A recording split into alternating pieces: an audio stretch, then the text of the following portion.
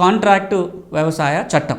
దీనివల్ల ప్రభుత్వం ఆశిస్తున్నది, ప్రభుత్వం చెప్తున్నది ఏంటంటే, రైతుకి ముందుగానే ఆ పంట పండిస్తే ఎంత ధర రాబోతుందో తెలుస్తుంది కాబట్టి రైతుకి భరోసా ఉంటుంది.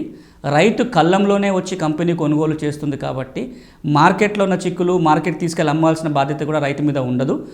రైతుకుండే కష్టాన్ని, రిస్క్ని కొంత తగ్గించడానికి కాంట్రాక్ట్ వ్యవసాయం ఉపయోగపడుతుంది. రైతు కొంత లాభపడడానికి అవకాశం ఉంది.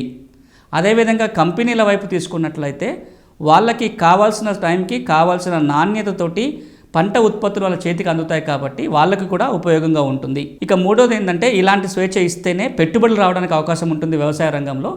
ఈ చట్టం ఉండటం వల్ల వ్యవసాయ రంగంలో ఫుడ్ ప్రాసెసింగ్ కావచ్చు, విత్తన రంగంలో కావచ్చు, ఇతర అన్ని వ్యవసాయ సంబంధిత అన్ని రంగాలలో కూడా ప్రైవేట్ పెట్టుబడులు ఎక్కువగా వచ్చే అవకాశం ఉంటుంది.